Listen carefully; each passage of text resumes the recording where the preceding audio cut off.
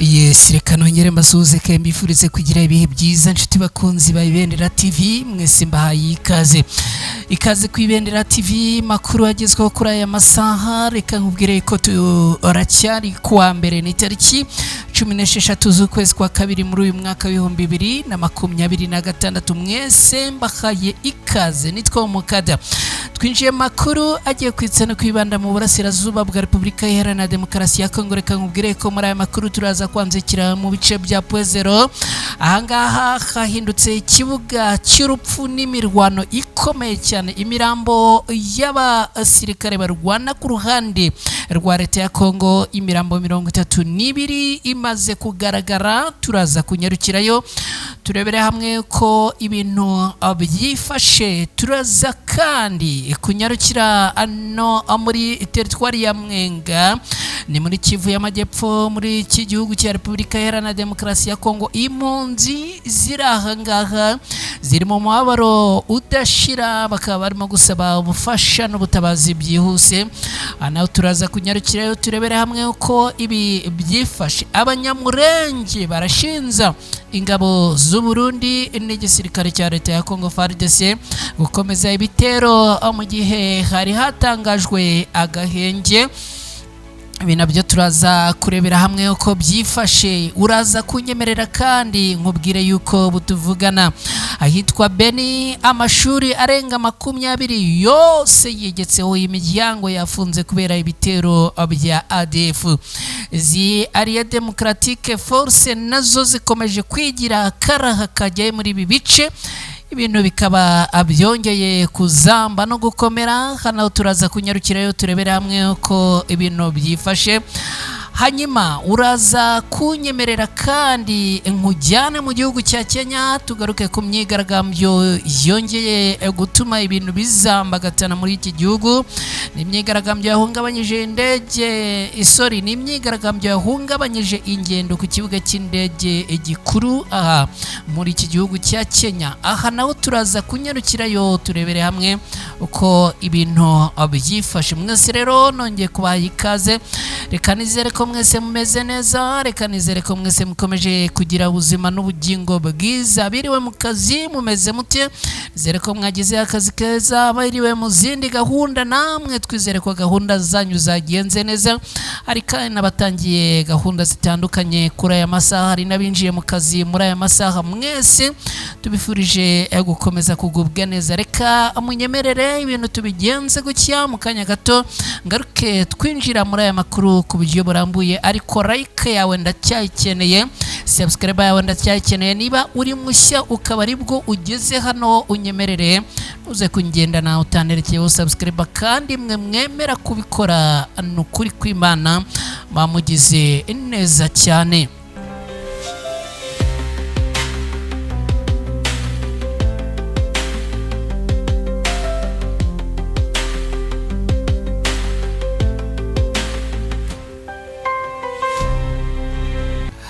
Reka nongere mbahe ikaze nanone inshuti bakunzi ba Ibendera TV aho mudukurikiye muherereye. Nizere ko mukomeje kumera neza, nizere ko ibintu bimeze fresh 5/5. Abaherereye mu bihugu byose bigize umugabane wa Afurika tubahaye ikaze. Ubwo ndavuga bari mu Rwanda, ndavuga bari muri Repubulika Iharanira Demokarasi ya Kongo, ndavuga bari mu Burundi, abari mu Buganda, abari Kenya, abari Tanzania, abari Sudani, Malawi na Mozambique. Tubahaye ikaze. Abari muri Leta Zunze Ubumwe za Amerika, abari muri Canada, abari mu Bubiligi, abari mu Buholandi, abari mu Bwongereza, abari mu Bufaransa, abari Norvege, abari Australia, namwe mwese tubahaye ikaze risesuye. Reka nizere ko mukomeje kugubwa neza. Reka nta gutinda twinjire muri aya makuru.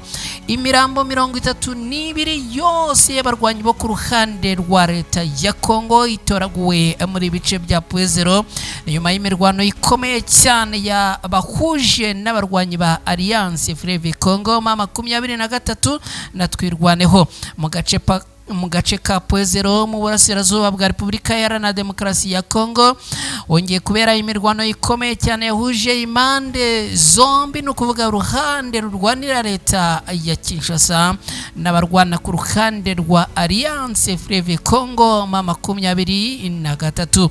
Amakuru aturuka mu baturage baherereye ahangaha aravuga yuko n'ubundi ngo kuri uyu wa mbere haramutse imirwano ikomeye cyane yahuje impande zombi. Iyi mirwano ikaba yaje kurangira n'ubundi hatakarije mu cyase hagaragayemo ibihombo byinshi cyane. Imirwano bivuga yuko abarwanyi bo ku ruhande rwa Alliance Fleuve Congo M23 na twirwaneho bongeye gutana mu mitwe nabo ku ruhande rwa leta ya Congo barimo FARDC, Wazalendo, abasirikare b'u Burundi ndetse n'abacanshuro. Ibi bitero byatangiye mu masaha ya mu gitondo bikomeza kuzamuka cyangwa bikomeza gukomera uko amasaha agiye azamuka. Akaba n'ubundi muri iyi mirwano hifashishijwe intwaro ziremereye n'izoroheje byaje gutuma ibi bice bya Pwezero ahinduka isibaniro rikomeye y'imirwano mu gitondo cyo kuri uyu munsi. Amakuru aturuka haravuga yuko nyuma yuko imirwano igabanyije umurego mu masaha ya saa sita z'amanywa haje kumenyekana ko imirambo 32 y'abarwanyi bo ku ruhande rwa leta ya Kongo yahise igaragara, bano kuvuga ko n'ubundi barimo Wazalendo na FARDC ndetse n'abarundi. Kaba yabonetse rero ahangaha habereye imirwano muri iyi misozi ya Pwezero. Ku bijyanye n'abakomeretse amakuru aravuga ko ari benshi, ariko imibare nyayo ikaba itarashyirwa ahagaragara kuko n'ubundi bamwe bajyanwe mu buryo bwihuse mu mavuriro atandukanye kugira ngo abitabweho. Ku ruhande rwa Alliance Fleuve Congo M23 na twirwanaho kugeza ubu ngubu biravuga yuko aribo bagikomeje kugenzura ibi bice, ndetse bikavugwa yuko n'ubundi abongeye kwigarurira urugamba rw'uyu munsi nyuma yuko ngo bakoresheje intwaro ziremereye. Abaturage batuye hafi y'aha no kuvuga aha muri Pwezero bakavuga ko bakomeje kugira ubwoba bw'uko imirwano ikomeje kugenda iyubura muri ibi bice umunsi ku munsi. Reka tukirahanga muri bice bya Pwezero twerekeze muri teritwari ya Mwenga, tubabwire yuko impunzi ziri aha Mwenga bari mu mubabaro udashira, bakaba basaba ubufasha n'ubutabazi bwihuse. Abantu benshi bahunze nyuma y'imirwano ikomeye mu burasirazuba bwa Repubulika Iharanira Demokarasi ya Kongo, abarimo guhura n'ubuzima bubi cyane cyane abaherereye aha Mwenga, aho abavuga ko bageramiwe no kubura amazi meza, ibiribwa n'ibikoresho by'isuku.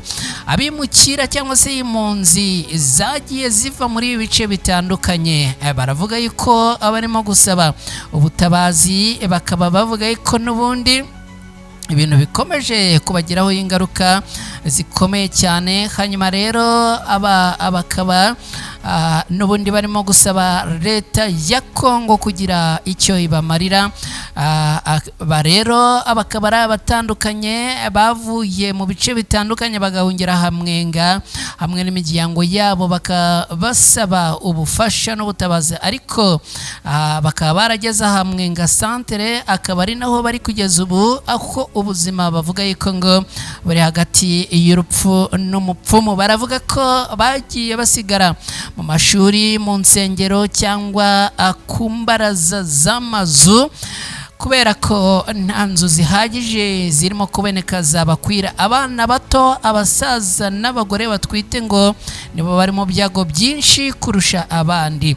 Izi mpunzi zivuga ko zidafite ibiribwa bihagije, amazi meza yo kunywa, ibikoresho by'isuku, ndetse ngo naho kwiherera ngo ntago hahagije.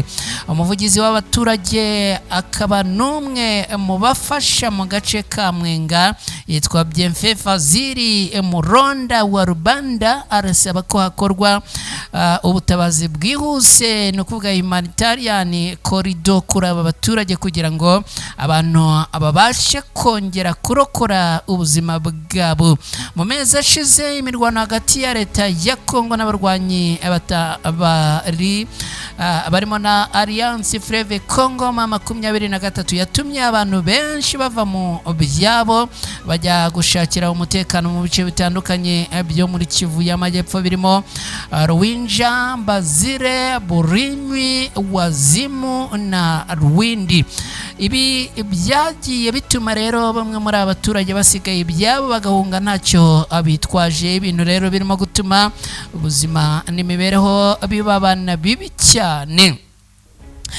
Aba baturage kandi kimwe mu bindi bibazo ngo birimo kubabangamira no kuvuga izi mpunzi barasaba ubufasha bw'ibanze bwa muntu burimo aho kuba hizewe amazi n'ibiribwa bihagije, ibikoresho by'isuku n'ubuvuzi, ubujyanama ku mutekano no gusubira mu buzima busanzwe. Bakavuga ko uyu muti wihuse ari wo wagira uruhare mu kubarokora no kubarinda indwara n'ibindi bibazo by'ubuzima utandukanye. Nukuvuga ngo abaturage bimukiye cyangwa bahungiye Mwenga bakomeje guhura n'ubuzima bubi bukomeye cyane kuko badafite ibibafasha by'ibanze amazi, y'ibiribwa naho kwihengeka. Reka dukomeje n'aya makuru tubabwire ko abanyamurenge barimo gushinza ingabo z'u Burundi na FARDC gukomeza ibitero nubwo hatangajwe agahenge. Abaturage bo mu gace ka Minembwe muri Kivu y'Amajyepfo muri Repubulika Iharanira Demokarasi ya Kongo gahuriwemo na teritwari ya Fizi, Uvira na Mwenga mu ntara ya Kivu y'Amajyepfo baratabaza batangaza ko nubwo Perezida wa Repubulika Iharanira Demokarasi ya Kongo Felix Tshisekedi yaherutse gutangaza ko yemeye agahenge, ihuriro ry'ingabo za leta ayoboye ngo rikomeje kubagabaho ibitero bikomeye birimo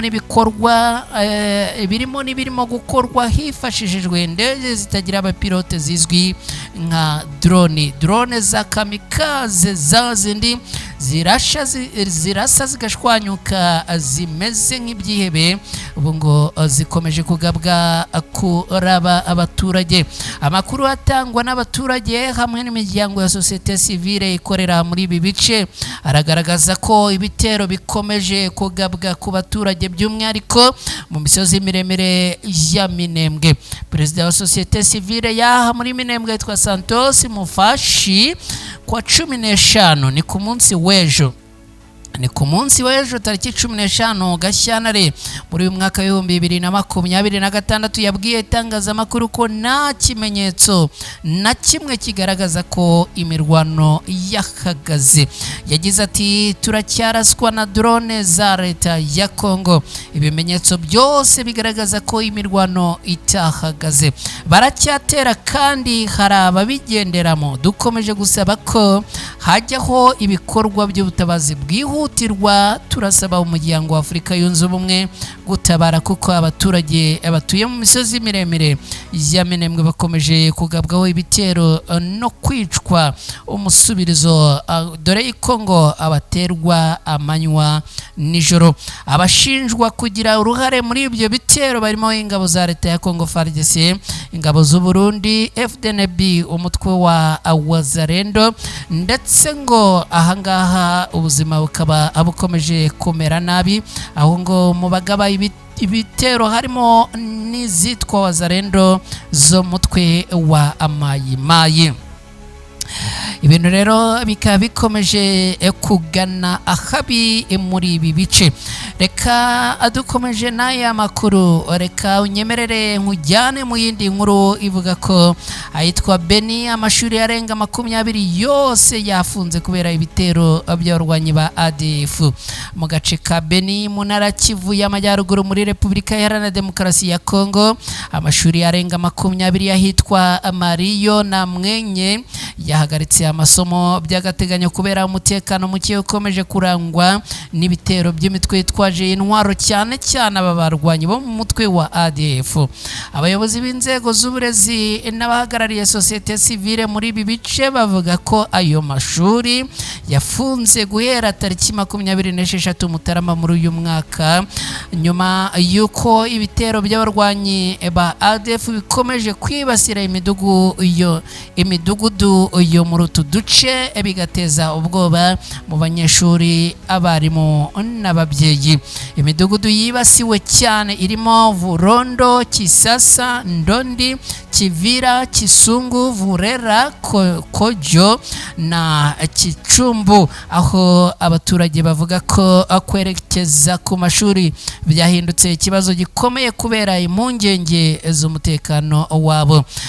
Ifungwa ry'aya mashuri ryagize ingaruka zikomeye ku bana n'urubyiruko, aho abanyeshuri benshi basigaye mu ngo zabo cyangwa abagahungira mu bice bitandukanye bagiye gushaka umutekano. Ababyeyi baravuga ko bafite impungenge z'uko abana babo bashobora gutakaza umwaka wose w'amashuri, cyane cyane ko bamwe bari mu bihe by'ibizamini. Abaturage n'abarimu bo muri ibi bice bakaba basaba leta ya Kongo n'inzego z'umutekano kongera ingamba zo kurinda umutekano w'abaturage n'ibikorwa remezo by'uburezi, kwirukana imitwe yitwaje intwaro ikomeje guhungabanya aka gace no gutuma amashuri yongera gufungurwa mu mutekano usesuye. Sosiyete sivile yo muri aka gace yo ishimangira ko uburezi bw'abana budakwiye gukomeza kuba igitambo cy'intambara, igasaba ko ikibazo cy'umutekano muke cyakemurwa byihuse kugira ngo abana basubire mu mashuri, bityo ejo hazaza habo hatazahungabana abiturutse kuri iyi mitwe yitwaje intwaro n'intambara za hato na hato.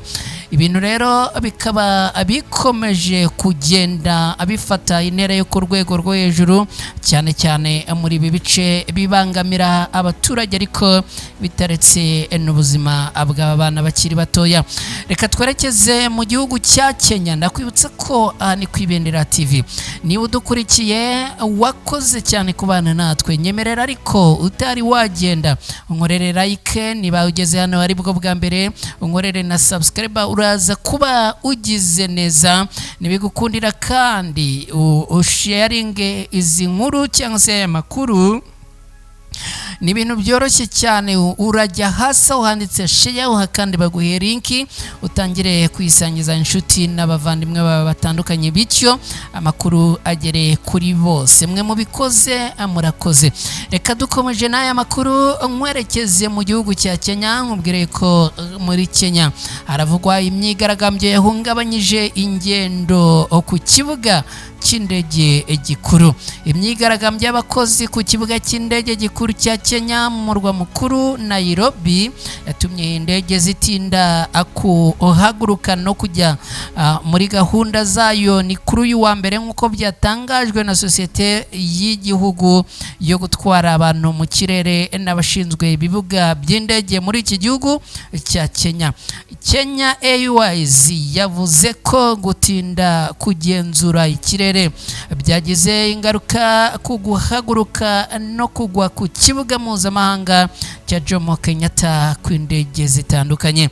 Ikibuga cy'indege mpuzamahanga cya Jomo Kenyatta ni kimwe mu bibuga by'indege by'ingenzi mu bijyanye no gutwara abantu mu kirere ku mugabane wa Afurika, nk'uko n'ubundi amakuru dukesha Reuters abivuga. Kugeza ubu ariko amakimbirane ashingiye ku murimo hagati y'amashyirahamwe y'abakozi b'ikibuga n'ubuyobozi bw'indege za gisivili arenze ibibazo abakozi bafite birimo no kutagira amasezerano y'akazi. Ibi bikaba ari bimwe rero mu byatumye n'ubundi babyukira mu myigaragambyo ikomeye y'akasamutwe mu gitondo cyo kuri uyu munsi.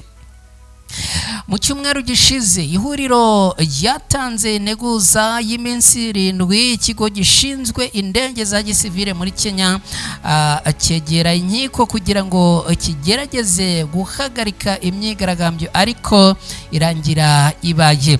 Iki kigo cyari cyatanze integuza yuko nihashira iminsi 7 bagomba kwinaga mu muhanda cyase mu kibuga bagatangira kwigaragambya. Aba rero mu gitondo cyo kuri uyu munsi bakaba bigaragambije, gusa amakuru akavuga yuko baba bijejwe gukemurirwa ibibazo byabo byihuse bakabona rero akongera agusubira mu kazi ariko kandi n'ubuzima bukongera agusubirana akora iki kibuga cy'indege mpuzamahanga cya Jomo Kenyatta muri Kenya. Hamaze iminsi havugwa ibijyanye n'imyigaragambyo aho abaturage benshi bakomeza kugenda ibintu byinshi bitagenda neza. Ngayo nguko reka rero mbashimire ni kwibendera TV nge nitwa Umukada. Niba wageze hano like yawe nizere ko yamaze kugera hano tayari. Ni buri mushya ukaba wageze hano kwibendera TV nizere ko subscribe yawe wamaze kuyiterekaho. Mu gihe uterekaho subscribe yawe wibuke no gukora kuri ako kantu kameze nk'inzogera ni signe dora notification nugakoraho ubutaha uzajya ubona ya makuru udatakaje umwanya wo kujya kuyashakisha. Nge nitwa Umukada hano ni kwibendera TV. Reka mbashimire mukomeze kugira ibihe byiza kandi Imana ibane namwe.